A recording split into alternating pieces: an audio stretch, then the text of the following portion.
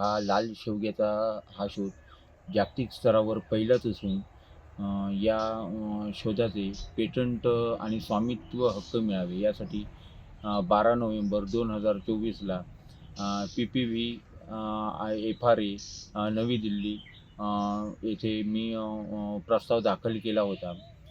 तर त्या प्रस्ताव दाखल केल्यानंतर त्याची शहानिशा करण्यासाठी आज दिल्ली केंद्राकडून 2 वेळा पथके तपासणीसाठी इथे आली होती.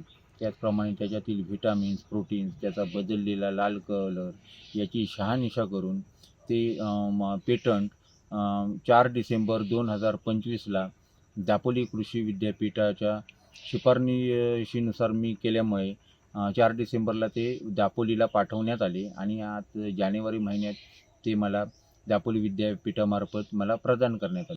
वाणाच्या शेंगांची लांबी 1.5 ते 2 फूट असून त्याच्यात प्रोटीन आणि व्हिटॅमिन्सचे प्रमाण इतर शेवग्यांच्या तुलनेत जास्त प्रमाणात आहेत आणि बीटा कॅरोटीनसुद्धा मुबलक प्रमाणात आहे. आणि ही एक वैशिष्ट्यपूर्ण एक जात निर्माण केलेली आहे.